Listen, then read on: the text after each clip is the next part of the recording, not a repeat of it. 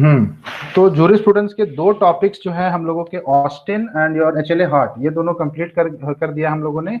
और ये दोनों एक दूसरे से रिलेटेड है, उनके क्वेश्चंस भी एक दूसरे से रिलेटेड ही आते हैं।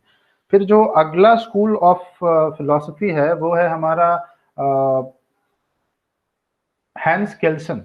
हैंस केल्सन की थ्योरी आप पढ़ेंगे तो आप पागल हो जाएंगे, क्योंकि टीचर्स भी पागल हो जाते हैं समझाने में हैंस केल्सन क्या बोलकर चला गया।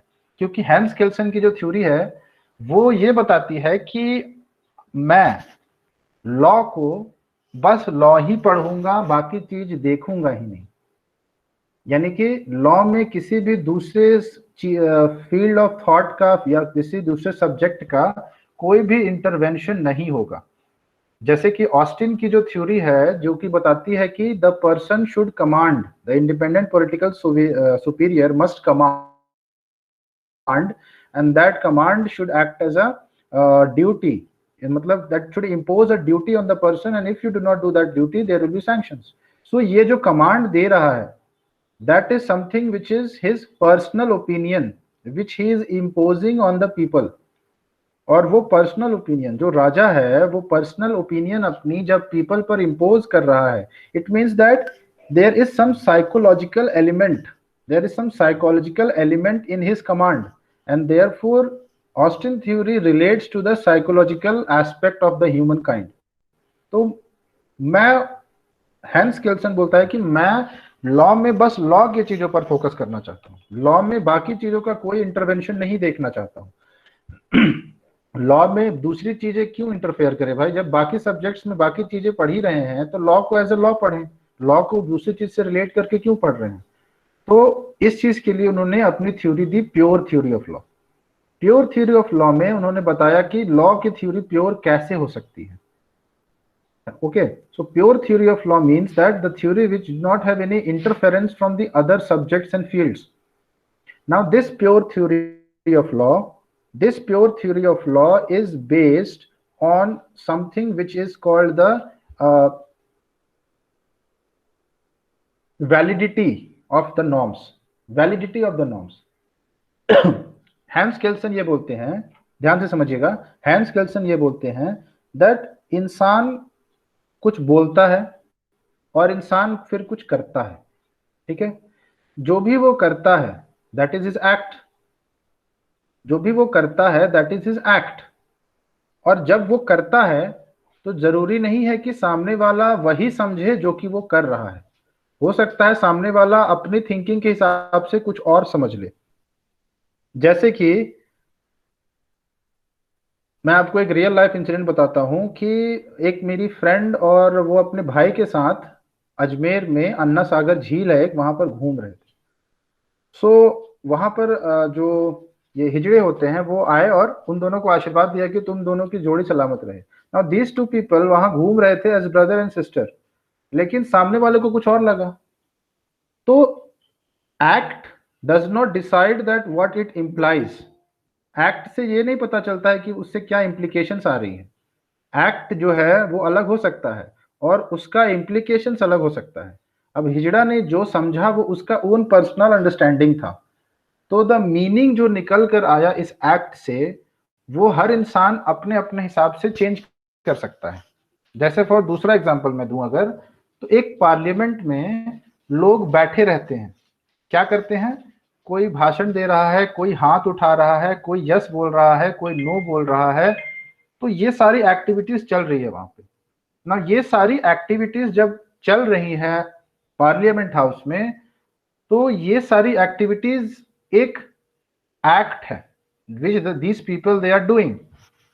ओके, बट बाहर वाला जो भी पार्लियामेंट के बाहर से जो आदमी है अगर वो देखे इनकी एक्टिविटीज को तो हो सकता है कि वो कुछ और ही समझे, और वो क्या समझेगा ये तो उसके सब्जेक्टिव मीनिंग पर डिपेंडेंट है। तो इसीलिए हैंस केल्सन की थ्योरी जो है वो दो चीजों पर बात करती है, one is the subjective meaning and the other is the objective meaning. जैसे कि ऑब्जेक्टिव और सब्जेक्टिव मीनिंग जो है वो किस तरीके से हैंस केल्सन एक्सप्लेन करते हैं। A person enters a room, A जो है एक रूम में एंटर किया और उसने बी के गाल पर एक मुक्का मारा। ये क्या हुआ, This is an act. What act? That B hits his hand, hits his friend with a fist blow. This is the act. Now, if this sentence is written, there is something which is known as the objective meaning of this sentence, and there is something which is known as the subjective meaning of the sentence. Now, what is the objective meaning of this sentence? Objective meaning of this sentence is that A used criminal force against B. क्योंकि criminal force section 349 में क्या होता है, section 349 या 351 है, ऐसे exactly मुझे याद नहीं है, 359 में 51 में क्या होता है कि अगर आप फिस्ट से किसी को भी टच कर देते हैं मारने के लिए, then that is criminal force. तो ए ने बी को फिस्ट से मारा, ये ऑब्जेक्टिवली कोई कैसे देखेगा? तो ऑब्जेक्टिवली देखेगा कि ए जो है उसने बी को क्रिमिनल फोर्स यूज किया बी के against, because that is same for everyone. क्योंकि लॉ ने ही बता रखा है कि इस तरह की एक्टिविटीज को आप क्या बोलेंगे, इस तरह की एक्टिविटीज को आप बोलेंगे क्रिमिनल फोर्स. तो objective meaning is same for everyone, but what is the subjective meaning? Subjective meaning is that A has hit B with his fist. This is the subjective meaning, because this is something which is related to A personally. So Hans Kelsen says that when the subjective meaning and the objective meaning is same, then only it becomes a valid norm. तभी वो valid norm हो सकता है. अब valid norm को समझने के लिए एक और मैं explanation देता हूं. एक आदमी डेथ बेड पर पड़ा हुआ है ना, वो जब डेथ बेड पर पड़ा हुआ है तो उसको अपनी वसीयत बनवानी है. तो वो क्या करता है, वो अपनी वसीयत अपने हाथ से ही लिख देता है. लिखने के लिए वो सक्षम है, अपनी वसीयत इस अपने हाथ से लिख देता है, इस इंटेंशन के साथ कि मेरे मरने से पहले मैं अपनी वसीयत तो लिख दूं.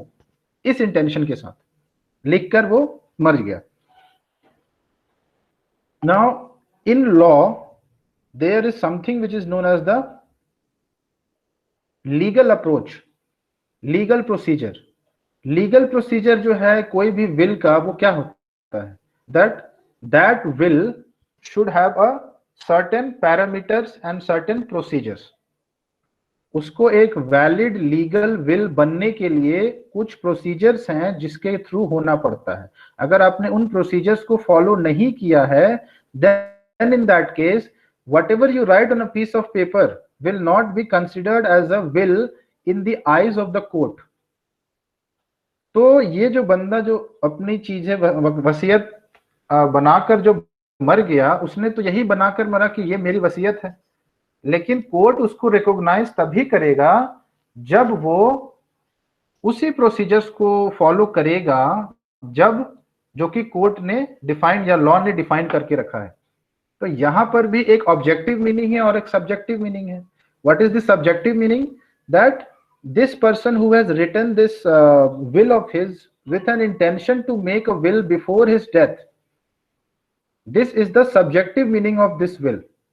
But in the eyes of law, it means in the eyes of the other people, and in the eyes of law, there is something which is the providing it the objective meaning. अब यहां पर अगर उन parameters को follow नहीं किया जाए तो वो एक लीगली वैलिड विल नहीं बन पाएगा. तो क्योंकि वो लीगली वैलिड विल नहीं बन पाएगा, therefore it will not be able to achieve an objective meaning. So जब ऑब्जेक्टिव मीनिंग अचीव ही नहीं कर पाया तो फिर एक वैलिड नॉर्म कैसे बन पाएगा? तो इसीलिए ऑब्जेक्टिव मीनिंग और सब्जेक्टिव मीनिंग कोइंसाइड करना चाहिए, यानी उसका ऑब्जेक्टिव मीनिंग भी होना चाहिए, सब्जेक्टिव मीनिंग भी होना चाहिए, तभी जाकर वो चीज वैलिड बन पाती है. ओके, नाउ ये चीज हैंस केल्सन ने इस इन एक्सप्लेनेशंस के थ्रू समझाया है. सेम एक्सप्लेनेशन दिए हैं, कुछ अलग एक्सप्लेनेशन जो मैं आपको दे रहा हूं नहीं है. इन्होंने भी, हैंस केल्सन ने भी यही एक्सप्लेनेशन दिया था. नाउ हैंस केल्सन बात करता है subjective meaning and the objective meaning. Okay, the second thing which he talks about that what is a norm. He says that whatever human does, जो भी ह्यूमन करता है, that is the external manifestation of his body. वो externally कुछ activities करता है जो कि कुछ बताता है किसी को। आप जो भी हरकतें करते हैं वही कुछ बताता है, आप जो भी मुंह से बोलते हैं वही कुछ बताता है किसी को। आप मन में जो बात रखे रहते हैं वो किसी को नहीं पता चलता है, लेकिन आपकी हरकतों से और आपके एक्टिविटीज और आपके बोलने से जो बाहर आता है वही बातें लोग समझ और जान पाते हैं। तो कोई भी एक्ट जो होता है that is what, that is the external manifestation of the human kind. Now, these acts, which are the external manifestation of the humankind, is written in the form of a sentence. Okay. Now, whatever this act is, it also has got a legal meaning to it. It also has got some legal explanation to it. जैसे कि मैंने बताया कि उसको fist से मारा, so it has got some legal explanation that this is a criminal force. So every sentence has got some legal meaning to it. And that legal meaning is what? That legal meaning is the norm. That legal meaning is a norm. If you hit anyone with a fist blow, that is a norm, and that is known as a criminal force. So that criminal force which you are using against another person is a norm. ठीक है? तो norm क्या होता है? Norm is something which either permits you to do something, which either authorizes you to do something, or which either commands you to do something. या तो आपको कुछ कमांड दे रहा है, या कुछ परमिशन दे रहा है, या आपको कोई अथॉरिटी दे रहा है। परमिशन की अगर मैं बात करूं तो आप देखिए हमारे कॉन्स्टिट्यूशन में बहुत सारे प्रोविजंस हैं विच परमिट्स अस कि आप ये चीजें कर सकते हैं। परमिशन मतलब इन कॉन्स्टिट्यूशन और any other statute there are certain provisions which are known as the enabling provision. ये आपको एनेबल करता है कुछ करने के लिए। तो वो सारे प्रोविजंस क्या होते हैं? वो सारे वैसे प्रोविजंस होते हैं जो कि आपको परमिशन दे रहे हैं कुछ करने के लिए। अब करना ना करना वो आपकी चॉइस है, but the provision is saying that okay I permit you to do this, तभी उनको इनेबलिंग प्रोविजंस बोलते हैं। सो कोई भी नॉर्म ये तीन चीज करेगा। आइदर इट विल कमांड, जैसे कि आईपीसी में, in IPC you command anybody, in IPC you command, that court जो है वो कमांड देता है कि ये चीज तो करनी ही होगी, अगर इसने जुर्म किया है तो इसे फांसी या सजा तो मिलेगी ही मिलेगी। That is in a form of a command, because that is the same as Austin theory says. So पूरे तरीके से ऑस्टिन की थ्योरी को नकारते नहीं है आपके हैंस केल्सन, लेकिन वो कुछ उसमें ऐड भी कर देते हैं, है ना। जैसे कि आपका कमांड हो गया, जैसे कि आपका कोई भी बाय लॉज हो गए, जैसे कि आपका कोई भी सिविल मैटर्स के लॉज हो गए, ये सारी चीजें भी वो कंसिडर कर लेते हैं अपनी चीज में, बशर्ते there must be a norm, there must be the legal meaning to it. जो भी आप चीज बताते हैं उनका एक लीगल मीनिंग निकल के आना चाहिए। और वो लीगल मीनिंग कब निकल कर आएगा? जब वो लीगली कहीं लिखा हुआ होगा या लीगली कहीं कन्वेंशन होगा, then only it will have a legal meaning. So legal norm provides three things, either it permits you, or it commands you, or it authorises you. आपको अगर अथॉरिटी देता है कुछ करने की, okay, there are three words that has been used, must, can, shall. Okay, either shall or must तो एक ही चीज है, तो या शैल लिख दीजिए, शैल, कैन एंड मे। तो if you are giving permission to somebody, अगर आप परमिशन देते हैं तो आप क्या कर रहे हैं? You are allowing anyone to do, तो वहां पर कैन आएगा, means it is relating to can. अगर आप किसी को कमांड देते हैं तो वहां पर शैल आएगा, और अगर आप किसी को ऑथराइज करते हैं तो वहां पर मे आएगा, है ना। तो ये तीन चीज इस तरीके से आप रिलेट कर सकते हैं। अगर आपके पास दुक्की होगी किसी के पास, तो आप ये सारी चीजें उसमें देखेंगे लिखा हुआ होगा। मेरे पास दुक्की नहीं है तो मैं आपको एग्जैक्टली क्या लिखा है नहीं याद है मुझे, बट है यही चीज कि norms provide three things to you, either they tell you to command, either permission, or your authorisation, authority. Okay, इन चीजों के लिए तीन वर्ड्स यूज की जाते हैं, shall, may, can. You will see in your provisions shall word कहीं use किया गया है, so that is a command. कहीं मे वर्ड यूज किया गया है, दैट इज अ परमिशन। और कहीं पर कैन वर्ड यूज किया गया है, दैट इज अथॉरिटी। सो ये सारी चीजें जो है वो बताते हैं कि ये सारी चीजें हैं नॉर्म्स में होती हैं, कैरेक्टरिस्टिक्स है। नाउ तीसरी चीज, नॉर्म की वैलिडिटी कहां से आती है? How will we come to know that this particular thing is a valid norm? How will come to know? वो बोलते हैं दैट नॉर्म, क्योंकि हम लोगों ने बाकी सारे फील्ड्स को अलग कर दिया है लॉ से, इसीलिए नॉर्म की जो वैलिडिटी है वो उसके हायर नॉर्म से आएगी। यानी कि जहां से वो सोर्स है जो उसका, वहां से उसकी वैलिडिटी आएगी। जैसे कि अगर आप रेड लाइट जंप करते हैं तो आपको फाइन देना होगा, this is a norm, because it is commanding you that you have to give a fine. and also it is uh, telling you that don't jump the red light signal. Okay, so यहां पर दो चीजें हैं। अब ये कहीं ना कहीं से सोर्स है ना इसका, कहीं ना कहीं इसका सोर्स है। What is that source? That source is the motor vehicle act. Motor vehicle act में ही लिखा है कि इस तरीके के रूल्स जो है बना सकते हैं, और उसी के तहत ये रूल्स बनाया गया है। So this norm that if you jump a red light signal you will be find for 2000 rupees, this is a norm, and this norm will be valid only if the source of it is valid. तो यहां पर इसका source क्या है? Motor vehicle act. तो ना motor vehicle act खुद कब वैलिड होगा? जब मोटर व्हीकल एक्ट का सोर्स वैलिड होगा। तो मोटर व्हीकल सोर्स एक्ट का सोर्स क्या है? मोटर व्हीकल एक्ट का सोर्स है हमारा पार्लियामेंट। पार्लियामेंट वैलिड कब होगा? जब पार्लियामेंट उसी तरीके से करेगा जिस तरीके से कॉन्स्टिट्यूशन में लिखा है। तो अल्टीमेट सोर्स जो क्या है हमारा, यहाँ पर हम लोगों का अल्टीमेट सोर्स जो है वो तो कॉन्स्टिट्यूशन है ना?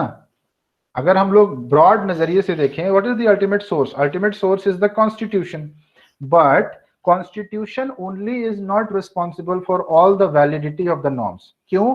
क्योंकि कॉन्स्टिट्यूशन ने खुद बोला है कि जो लॉज कॉन्स्टिट्यूशन बनने से पहले एग्जिस्टेंस में थे, common law British country India में, वो भी कैरी फॉरवर्ड होकर आएंगे। तो ग्रैंड नॉर्म जो होता है is something which is assumed. तो अगर आप हैंस केल्सन के ग्रैंड नॉर्म की बात करेंगे तो that is the basic norm, जहां से कि सारे पावर्स या सारे नॉर्म्स की वैलिडिटी पता चलती है। तो यहां इस केस में ये सारे नॉर्म्स जो है इनकी वैलिडिटी जो है कहां से आ रही है? कॉन्स्टिट्यूशन से आ रही है। सो कॉन्स्टिट्यूशन के पहले भी तो लॉज थे। तो हैंस केल्सन का ये बोलना है दैट हमें प्रिज्यूम करना होगा अपने ग्रैंड नॉर्म को। तो इसीलिए हैंस केल्सन की ये क्रिटिसिज्म भी है कि जो लॉज पहले से एग्जिस्टेंस में है उनको हैंस केल्सन ने बिल्कुल मना कर दिया है लॉ एक्सेप्ट करने से, क्योंकि वो यही बोलते हैं कि वैलिड तभी होगा जब ग्रैंड नॉर्म से डिराइव होकर आया है, और जो लॉ पहले से एग्जिस्टेंस में है वो तो ग्रैंड नॉर्म से पहले से है। तो ये क्रिटिसिज्म है हैंस केल्सन की थ्योरी का। Now what is a grand norm? Now you will see that हम लोगों ने एक पिरामिड बना लिया, हम लोगों ने एक पिरामिड बना लिया जो कि ऊपर की तरफ नैरो होता जा रहा है, क्योंकि ऊपर की तरफ जो स्टैट्यूट्स हैं वो कम होते जा रहे हैं, क्योंकि वैलिडिटी हम खोजने की कोशिश कर रहे हैं दैट जो भी हम लोगों का नीचे में नॉर्म है उसकी वैलिडिटी अल्टीमेटली किसके से आ रही है। So we come to know that ultimately जो वैलिडिटी है that is coming from the grand norm.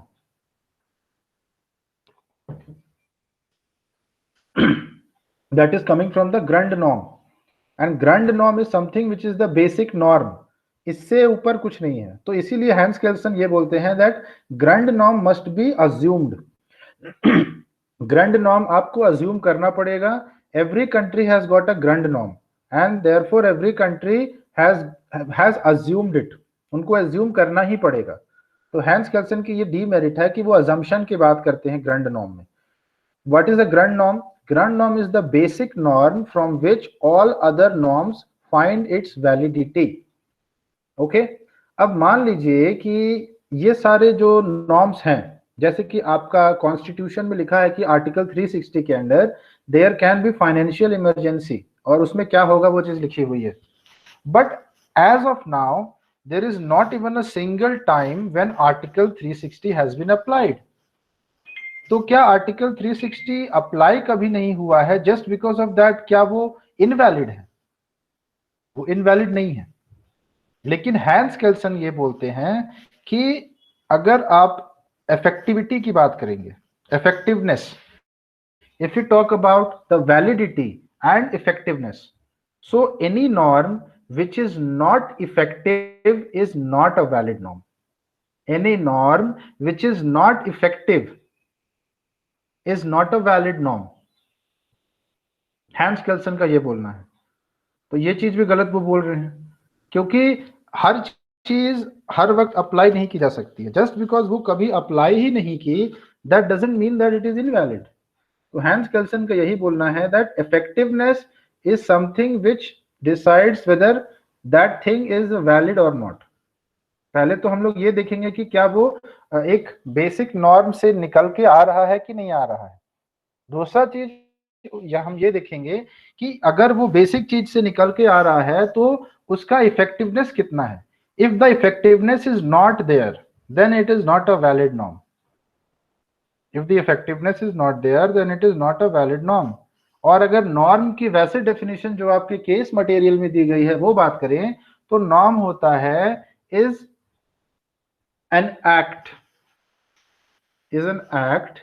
which allows or forbids you to either permit, command or authorize। यानी नॉर्म एक ऐसा चीज है जो कि आपको या तो अलाउ करता है या फॉरबिड करता है।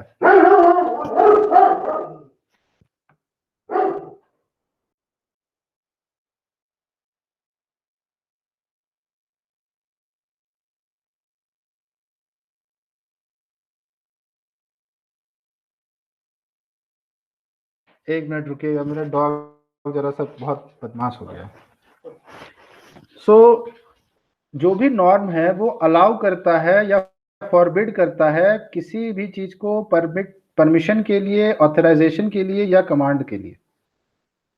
ओके, सो ये जो चीज है ये नॉर्म करता है। अब वैलिडिटी तो मैंने आपको बता दिया, इफेक्टिवनेस भी मैंने आपको बता दिया, और subjective meaning and the objective meaning ये भी एक्सप्लेन कर दिया। उसके बाद आता है something which is known as the legal order. What is a legal order? तो हैंस केल्सन का ये बोलना है दैट अभी हम लोगों ने देखा that we find a basic norm and also we find that something which is derived from it. तो जब हम सबसे ऊपरी लेवल पर होंगे ना, यानी कि जैसे jumping a red light signal, this is the top level. इसके बाद इसकी वैलिडिटी खोजते हुए हम लोग नीचे जाते हैं और फाइनली हम लोग कहाँ पहुंच जाते हैं? एक बेसिक नॉर्म जिसको कि ग्रैंड नॉर्म बोलते हैं। तो वो बेसिक नॉर्म पर जब हम पहुंच जाते हैं then we see that there is a hierarchy, there is a hierarchy of norms and this hierarchy is something which is known as the legal order. इसी ऑर्डर में वो चीज फॉलो होंगी, that is known as the legal order. इसी को वो बोलते हैं that this is a legal order. Okay, and whenever there is coercion, whenever there is coercion then there is sanctions। तो सैंक्शन को वो नकारते नहीं है। जो भी ऑस्टिन ने सैंक्शन बताया था उसको वो नकारते नहीं है, लेकिन वो साथ ही साथ ये भी बोलते हैं कि ऑस्टिन ने जो भी सैंक्शंस बताए थे that was the subject that was coming from a subjective aspect, यानी कि वो साइकोलॉजिकल एस्पेक्ट से आ रहा था। वो सैंक्शन किसी एक आदमी का साइकोलॉजी कैसा है उससे उस पर डिपेंडेंट था। बट यहां पर जो सैंक्शंस हो रहे हैं ये sanctions are not the sanctions which is subjective to anyone. This is something which is same for anyone and not a single person has made it. कोई एक आदमी ने इस सैंक्शन को नहीं बनाया है। तो यहां पे इस तरीके से सैंक्शन अलग है ऑस्टिन के कंपैरिजन में। तो हैंस केल्सन के अंदर अगर आप लिखते हैं तो यही सारी चीजें आप लिखेंगे। हैंस केल्सन समझ आया कि नहीं आया?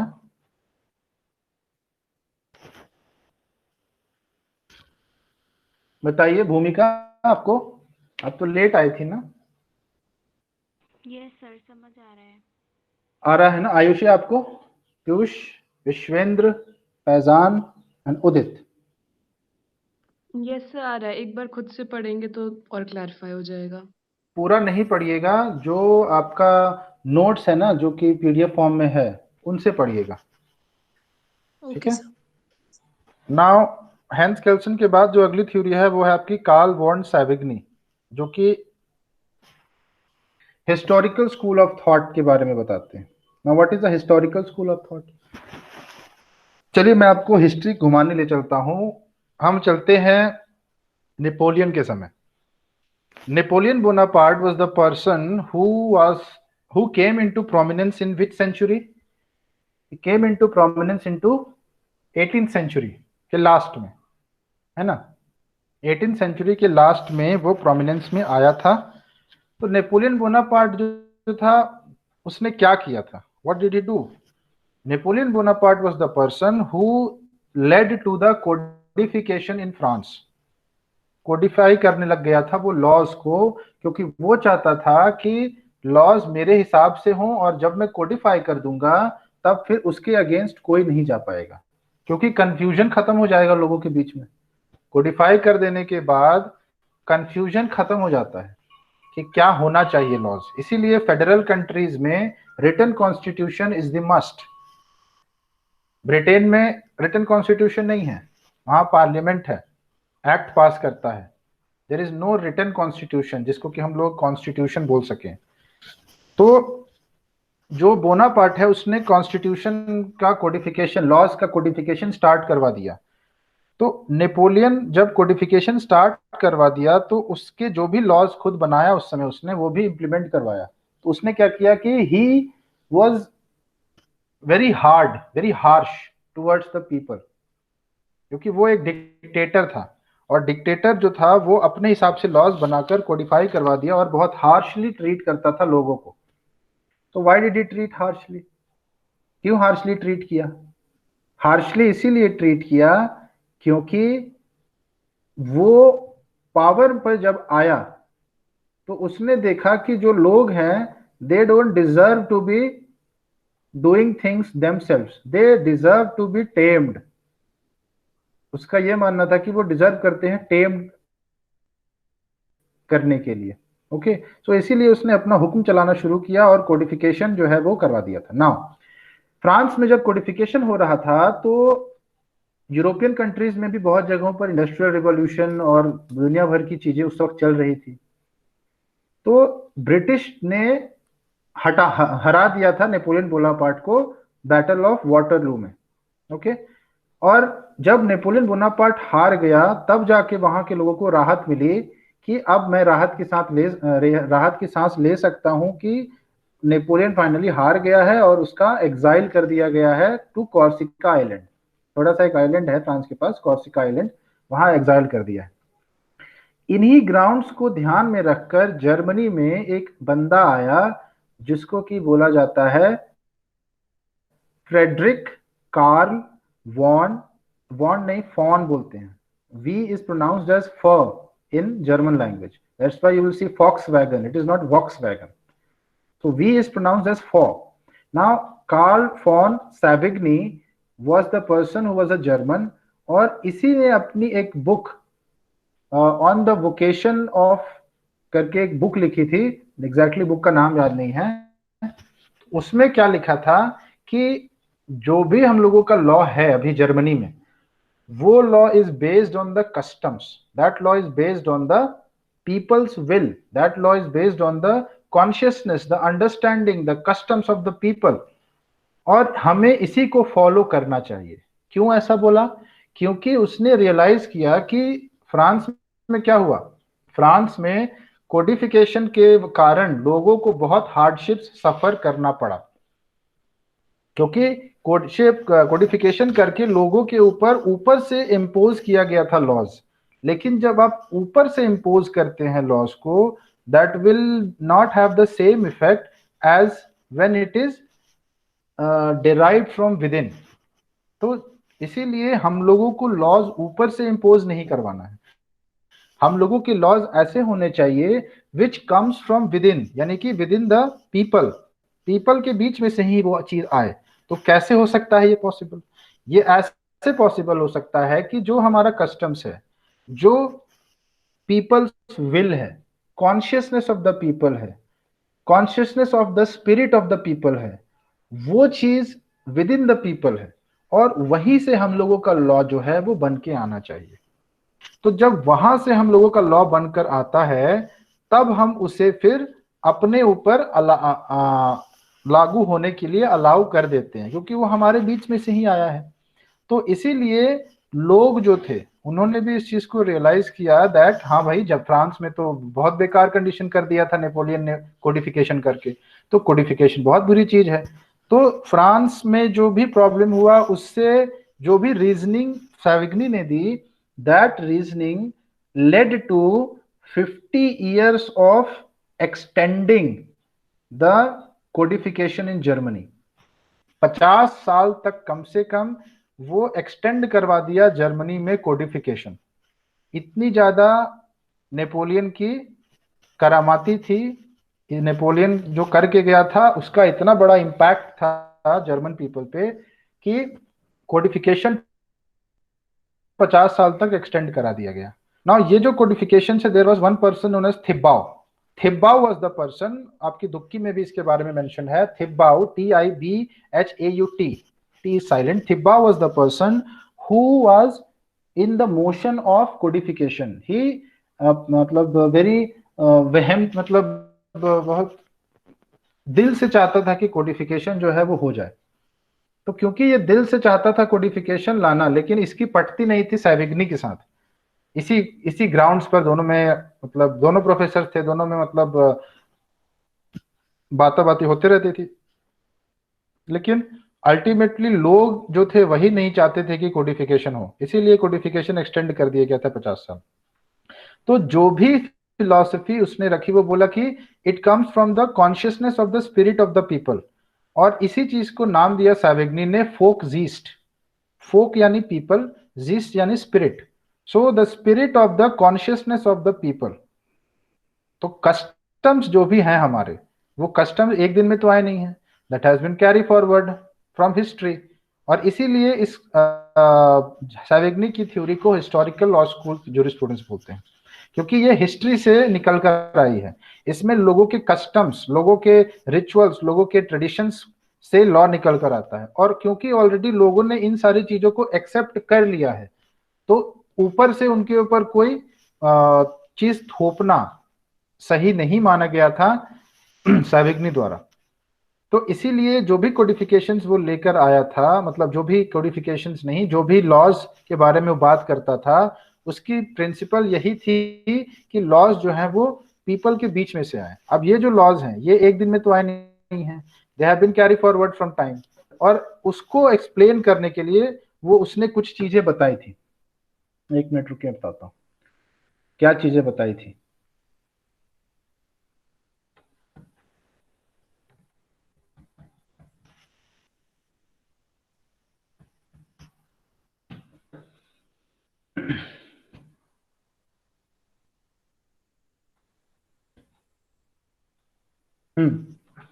सैविग्नी जो थे,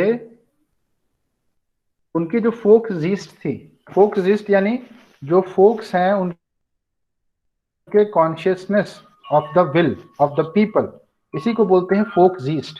and this Volksgeist, where do we find it? We find in the spirit of the people. उन्होंने बताया कि लॉ जो है वो कैसा होना चाहिए। Law must develop like a language. Language से कैसे वो डेवलप करता है? लैंग्वेज जैसे कि जिस तरीके से लैंग्वेज जो है वो लोगों के आपसी फेथ और आपसी अंडरस्टैंडिंग की वजह से डेवलप करता है। Because people speaking the same language, they find a sense of unity, they find a sense of attachment, and whatever they do, whatever they they feel together। तो उसी तरीके से लॉज जो है वो जैसे लैंग्वेज डेवलप करता है वैसे डेवलप करना चाहिए, और स्टेप बाय स्टेप डेवलप करना चाहिए। ओके, पहला चीज ये। दूसरा चीज ये, that every law must be not be spontaneous. Okay, जो भी लॉज हैं वो इवेंचुअल होना चाहिए, मतलब कि वो स्टेप बाय स्टेप प्रोग्रेस करे। ठीक है। Now when the law develops, early stages में लॉ जब डेवलप करता है तो उस वक्त वो स्पॉन्टेनियसली डेवलप तो करता है, लेकिन साथ ही साथ पीपल जो है उन चीजों को धीरे धीरे एक्सेप्ट करते जाते हैं। तो उस वक्त उसका जूरिस्ट के थ्रू डेवलपमेंट करवाना इज नॉट बेनिफिशियल, क्योंकि it is in the budding stage, law is in the budding stage, और बडिंग स्टेज में इंटेलेक्चुअल्स की जरूरत नहीं है, क्योंकि इंटेलेक्चुअल्स उसको जब एक प्रॉपर लेवल तक ग्रो हो जाता है लॉ, उसके बाद से वहां से उसके ऊपर इंटेलेक्चुअली काम करके और उसको डेवलप करवा सकते हैं। लेकिन इनिशियल स्टेजेस में when it is budding, at that time the jurist don't have any role, the jurist only play the role when it has developed up to a certain level. तो इसीलिए early development should be spontaneous, while after a certain level it must be by the jurist। ये उनका मानना था सैविग्नी का। फिर तीसरा चीज वो बोलते हैं दैट जर्मनी में कोडिफिकेशन के अगेंस्ट थे, पहली बात तो मैंने बता दिया, क्योंकि नेपोलियनिक कोड के अगेंस्ट थे और पीपल को समझा चुके थे कि देखो भैया अगर कोडिफिकेशन करवाए तो laws will be imposed from above, वो विद इन नहीं आएगा, वो ऊपर से लाया जाएगा। फिर उसने बताया कि लॉज कैसे होने चाहिए, तो laws must be unbreakable and continuous, laws unbreakable and continuous होना चाहिए। तो जब कोई चीज ऊपर से लाई जाएगी तब तो वो नया होगा ना हमारे लिए, तो वो कंटिन्यूअस रहा ही नहीं। सो लॉज कंटिन्यूअस तभी हो पाएगा जब वो हिस्ट्री से हम कैरी फॉरवर्ड करते हुए आज के डेट में लेकर आए। And how is it possible? Is it possible by carrying forward the spirit of consciousness of the people by evolution in the form of customs, traditions and language and all. So customs tradition से जो भी spirit of the people gather हो पाई है वो with time gather हुई है, और उसी से लॉ जो है निकल कर जब आएगा then only it will be continuous and unbreakable, because it has been imbibed in the society of the people. उसके बाद Savigny admires Roman law, Roman law को बहुत एडमायर करता है सैविग्नी। ठीक है, क्यों एडमायर करता है? वो इसलिए एडमायर करता है that Roman law was the reason which could act as the development for the unified system of the law in Germany। जिस तरीके से रोमन जो है वो एक तरीके से पूरा एक यूनिफाइड तरीके से रहते थे, उसी तरीके से जो जर्मनी है वो यूनिफाइड तरीके से तभी रह पाएगा जब उनके लॉज जो हैं वो यूनिफाइड हो सके। when the laws will be unified, when the laws will stay unified, यानी कि वो एक यूनिटी क्रिएट करें, लॉज ऐसे होने चाहिए जो कि यूनिटी क्रिएट करें, और रोमन लॉज ऐसे ही थे। तो इसीलिए वो बहुत एडमायर करता था रोमन लॉज को। ठीक है, लेकिन साथ ही साथ कुछ लोग उसके अगेंस्ट भी थे, साथ ही साथ जो कुछ लोग थे वो अगेंस्ट भी थे कि तुम रोमन लॉ जो है वो एडमायर करते हो और एक तरफ तुम बोलते हो कि जो भी लोग हैं वो कस्टम्स से आना चाहिए, जबकि रोमन लॉज तो है तो कोडिफाइड है, रोमन लॉज आर कोडिफाइड। तो ये दोनों चीजें समझ नहीं आ रही तुम्हारी कि एक तरफ तुम रोमन लॉ को एडमायर करते हो और दूसरी तरफ तुम बोलते हो कि, तो फिर सैविग्नी बोलता है कि देखो codification is not the problem, problem is that it must be codified only if there is some unity developed, and that law which will be codified that must emanate from the custom itself। मुझे इससे problem नहीं है कि तुम codification जो है नहीं करो, क्योंकि इससे पहले मैंने बताया आपको दैट लॉ जो है वो इनिशियल स्टेजेस में जब वो होता है तो वो स्पॉन्टेनियस होता है, वहां पर जूरिस्ट इंटेलेक्चुअल्स की काम नहीं है। लेकिन जब एक सर्टेन लेवल तक ग्रो कर जाता है तब वहां पर जूरिस्ट को कैरी फॉरवर्ड करना चाहिए। मतलब वो कोडिफिकेशन के एब्सोल्युटली अगेंस्ट नहीं थे, लेकिन जो भी लॉज हैं वो पीपल के कस्टम्स ट्रेडिशन से ही इवॉल्व होकर आना चाहिए, consciousness of the legal spirit of the people से ही निकल कर आना चाहिए, उनके ऊपर ऊपर से नहीं इम्पोज किया जाना चाहिए। आप कोडिफिकेशन कर दीजिए जो भी कस्टम्स है उनके लॉज का। तो एब्सोल्युटली वो अगेंस्ट नहीं थे कोडिफिकेशन के। इंडिया में अगर हम देखें इंडियन कॉन्टेक्स्ट में, so how is the Volksgeist working? तो इंडिया में क्या है कि India is a progressing country and there is a national unity. हम लोगों का जो कॉन्स्टिट्यूशन का प्रियम्बल है उसमें वर्ड एडेड है maintain the unity and the integrity of the nation. तो नेशनल यूनिटी की बात वहां भी की गई है। तो नेशनल यूनिटी की बात क्योंकि वहां भी की गई है And we also see that in India there are 22 official languages. 22 languages है ना हमारे शेड्यूल 8 में. तो इतने सारे लिंग्विस्टिक वेरिएशंस हैं, रीजनल वेरिएशंस के ग्राउंड्स पर स्टेट्स का डिफरेंशिएशन हुआ है, स्टेट अलग बनाए गए हैं, दुनिया भर के रिलीजन्स हैं. ओके, और ये सारी चीजें होने के बावजूद वी आर स्टिल यूनाइटेड. तो this clearly indicates that there is Indian Volksgeist. Indian Volksgeist जो है वो अभी भी है, because despite of the so much diversity in India, still we are united. And we cannot stay united unless we have a common consciousness which is getting shared by within the people. तो common consciousness है, हम भारतीय हैं, यही common consciousness है. We are Indians. Despite being a Hindu or a Muslim or a Sikh or a Isai or any other tribe, we are Indians, and this is the common thing which is getting shared between all the people in the India. So this is the Indian folkzest. आया समझ में? बताइए.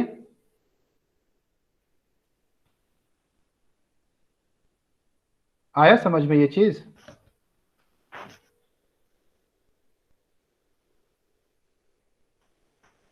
आवाज आ रही है मेरी? नहीं आ रही है? सो गए क्या आप लोग जी?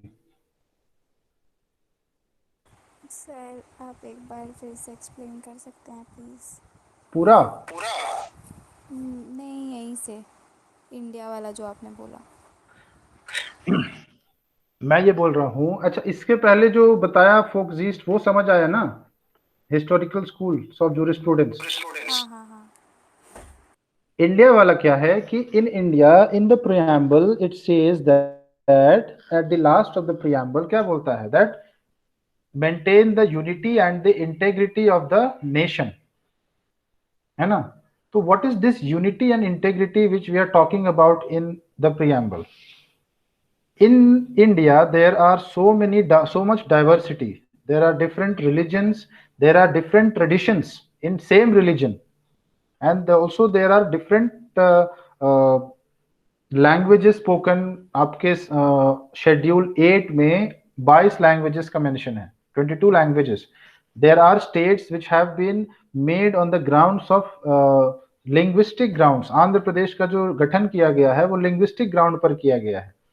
So India mean despite all these things, there is something which is keeping us bound. And what is that something? That is the Indian folkzest. Because what is Indian folkzest? Indian folkzest is something which is getting shared. The consciousness of the will of the people is getting shared. हम सब भारतीय हैं, ये will का जो consciousness है ये share किया जाता है सारे के सारे इंडियंस द्वारा. और in spite of being of different religions, different customs, different traditions, we share this ideology of being a Indian, and that is why this is our Indian Volksgeist. तो इंडिया के कॉन्टेक्स्ट में इस तरीके से ये काम करता है. अगर हम लोग बात करें केसेस की, तो इसमें भी केसेस हैं जो कि बताते हैं that we are considering things which are keeping us more united. Such as आपका जो कॉन्स्टिट्यूशन है उसके article 44 talks about the uniform civil code. So Article 44, when it is talking about uniform civil code, it means that हर आदमी के लिए एक ही तरीके के सिविल कोड होने चाहिए, irrespective of whichever caste he belongs to. ये चीज को अपहेल्ड किया गया था. ये चीज मतलब कोर्ट ने ये चीज बोला है कि आप यूनिफॉर्म सिविल कोड जो है वो बनाइए. जैसे कि शाहबानो का केस, उसमें ही बोला गया था. खातून ईसा का केस 1994, उसमें ही बोला गया था. So these things are being recommended time and again by the courts, but ultimately the legislature, they are not doing anything, or it is little difficult also. ये मेजॉरिटी गवर्नमेंट हो तभी कर सकती है, क्योंकि एक यूनिफॉर्म सिविल कोड लाने का मतलब है बहुत वास्ट स्टडी. हर रिलीजन से रिलेटेड आपको चीज कंसिडर करनी होगी उसमें, और तब जाके आपको एक यूनिफॉर्म सिविल कोड मिल पाएगा. तो बहुत वास्ट स्टडी है. तो आप इस तरीके से इसको इंडिया से रिलेट कर सकते हैं कि इंडिया का जो फोकजिस्ट है वो इस तरीके से काम करता है. अब आया समझ में? Yes sir. और हिस्टोरिकल स्कूल्स ऑफ थॉट समझ में आ गया? हाँ जी। अच्छे से आ गया ना? एग्जाम में अब लगता है ना कि कुछ लिख पाएंगे? इस कॉन्टेक्स्ट में बताइए। सर एक बार रीड भी करना पड़ेगा। हाँ, वो तो करना पड़ेगा।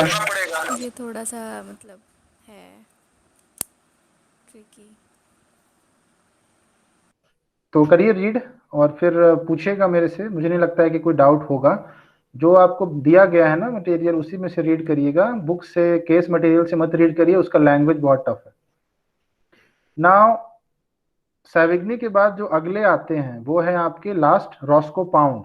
4 हम लोगों ने कर लिया है। लास्ट जो है वो है रॉस्को पाउंड। 4 कर लिया है ना? ऑस्टिन कर लिया, हैंस केल्सन कर लिया, सैविग्नी कर लिया, चले हार्ट कर लिया। रॉस्को पाउंड आते हैं। रॉस्को पाउंड जी का क्या कहना है? अभी तक जितने भी लोगों की फिलॉसफी हम लोगों ने पढ़ी है, उसमें लोग बात कर रहे हैं कि लॉ कैसा होना चाहिए, what should be law all about. लेकिन रॉस्को पाउंड की जो थ्योरी है वो थोड़ी अलग है, इसीलिए वो थोड़ी सी अच्छी भी है, क्योंकि वो कुछ और चीजों पर फोकस करती है। What are these different things? These things, Roscoe Pound की theory talks about the functional aspect of the law.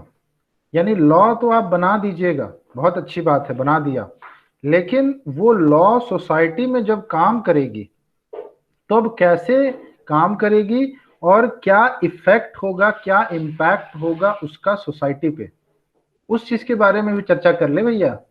जैसे बोलता है ना कि सैलरी तो डिस्कस कर लें 3 इडियट्स में। तो लॉ आप बना दिए, बहुत बेहतरीन, लेकिन जब वो सोसाइटी में इम्प्लीमेंटेशन होने के लिए गया, देन यू रियलाइज, अरे रे ये तो यहाँ पर ये होना चाहिए था, ये तो इस सोसाइटी में फेल कर जाएगा। तो application part of the law should also be found out, whether it is getting applied in the same manner और नॉट। क्या सेम मैनर में अप्लाई होता है या नहीं होता है? तो सेम मैनर में, जिस रीजन से उसको ड्राफ्ट किया गया है, उसी मैनर में अगर वो अप्लाई किया जाएगा तो उसका इफेक्ट क्या होगा। तो उसी चीज को हम लोग रॉस्को पाउंड जो है वो इलेबोरेट करने की कोशिश करते हैं, that law should be red bye its application. Practicality में हमें जीना चाहिए ना।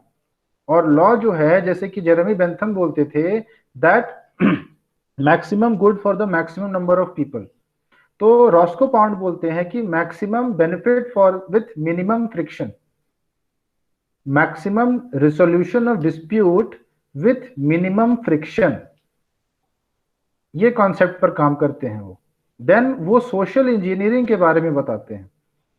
नाउ रॉस्को पाउंड की जो थ्योरी है, जो कि फंक्शनल एस्पेक्ट ऑफ लॉ के ऊपर बेस्ड है, ये बताती है that we should see law as application of law, not as making of the laws. तो हमें इज प्रोपोजिशन पर काम नहीं करना है। इज और ऑट दो तरह के प्रोपोजिशन होते हैं। इज प्रोपोजिशन मीन्स लॉ कैसा है ये जानना, ऑट प्रोपोजिशन मीन्स लॉ कैसा होना चाहिए। तो हम लोग जो है इस प्रोपोजिशन से थोड़ा हट के आगे बढ़ते हैं, और अब लॉ का एप्लीकेशन करते हैं सोसाइटी में डिस्प्यूट को रिजॉल्व करने के लिए। और जब हम उसको अप्लाई करेंगे तब क्या क्या मुश्किलें सामने आएंगी, उन पर हमें फोकस करना चाहिए। तो जब हम सोसाइटी में डिस्प्यूट्स का रिजोल्यूशन करेंगे, जब हम सोसाइटी में देखेंगे कि क्या क्या डिस्प्यूट्स हैं जिनको कि रिजॉल्व करने के लिए लॉ को अप्लाई किया जा सकता है, then we will have to find out few things, such as what are the general disputes that are in the society, what are the different kinds of disputes that are in the society, what are the general grounds over which these disputes arise। ये सारी बातें आपको जाननी पड़ेंगी। अगर आप ये सारी बातें नहीं जान पाएंगे तो आप लॉ को फिर अप्लाई नहीं कर पाएंगे सोसाइटीज में। तो इसीलिए रॉस्को पाउंड ने एक्सप्लेन किया है that broadly speaking there are 3 categories of interests which the society holds, which the people and the society hold। Society में 3 तरह के इंटरेस्ट होते हैं, और सोसाइटी में जितने भी लोग हैं, जो भी दुखी हैं, वो इसी वजह से दुखी हैं क्योंकि उनका इंटरेस्ट फुलफिल नहीं हो पाया है। तो उनका इंटरेस्ट अगर फुलफिल हो जाएगा तो फिर वो दुखी नहीं रहेंगे। तब अगर इंटरेस्ट फुलफिल हो जाएगा तो फिर लॉ को देखने की जरूरत ही नहीं है। लेकिन हो सकता है कि एक का इंटरेस्ट दूसरे के इंटरेस्ट को खत्म करना हो, तो उस केस में दोनों का इंटरेस्ट बरकरार रखना इज नॉट पॉसिबल।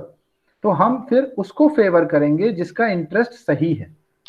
तो उस चीज के लिए हमें इंटरेस्ट जानना पड़ेगा कि किसका सही है और किसका गलत है।